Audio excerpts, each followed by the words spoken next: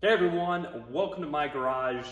Real quickly today, I wanted to do a quick review of the Tornado anchor made in the US. This is a drift boat anchor, a drift raft anchor, you could probably use it in a whitewater raft if you had an anchor system.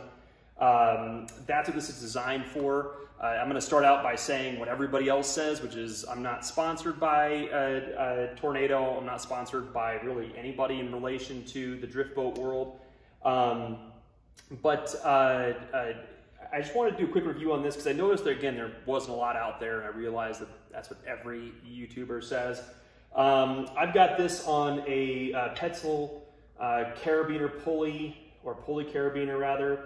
And before I had this, I had a 25-pound pyramid anchor. Now this is going on a 14.5-foot Stealthcraft Hooligan XL. It's really a fishing raft if you've ever seen them. They're not super common. I live here in Colorado, it's a pretty sweet boat, by the way. Like I said, really designed for fishing. And it came with a 25-pound pyramid anchor. And I noticed, at least here in our rivers in Colorado, is that pyramid anchor, especially with some of these faster currents, it would just kind of bounce along the bottom.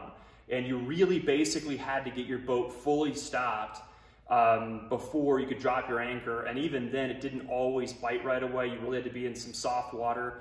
And that doesn't always work, especially if you're using it as a fishing raft, fly fishing raft, because sometimes, your buddy hooks up the fish, you need to stop real quick, maybe you're the one that has to net it. And so what I ended up doing actually was putting 10 pounds of chain, I wrapped it around the pyramid to give it that 35 pounds, both for weight and also the chain would obviously have some more biting edges. I'm not bouncing chain, just so we're all clear. I know that there's a division over whether or not that's good or bad. No judgment here, but that's not something that I do.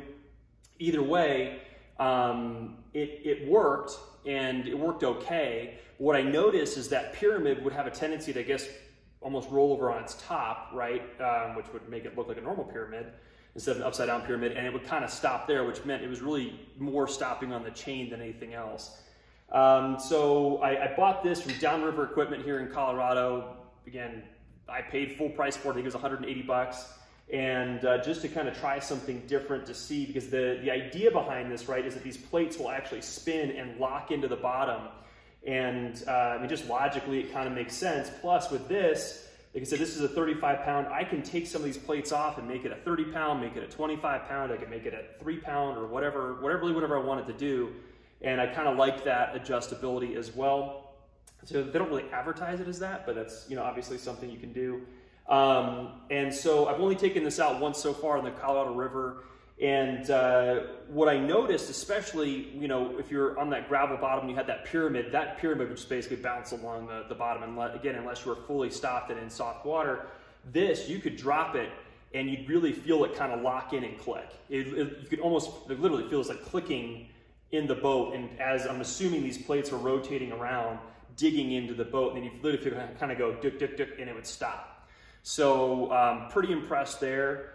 And the one thing I'll tell you though with this anchor is it's not really designed to sit down, right? So a lot of anchors will kind of drop down and you're fine there.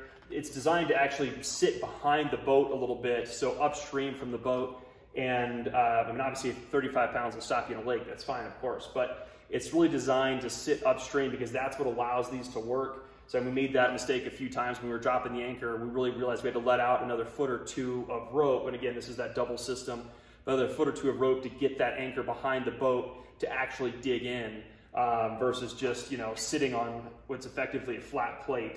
You can actually see where we dropped it several times right there. So, but yeah, overall, like I said, I'm really impressed with it. I guess the question is, would I spend $180 on an anchor like this again?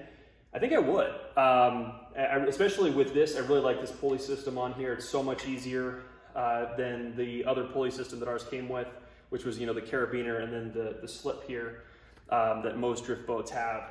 So like I said, really impressed with that. And I really think I would buy it. It's really not a whole lot more expensive than a lot of your other anchors in that range. I also like it because it's not gonna, it's not gonna pierce the boat. It's a little bit deflated right now because it's kind of just sitting in storage, but it's I don't have to worry about it piercing the boat or anything like that. It's not super, super long.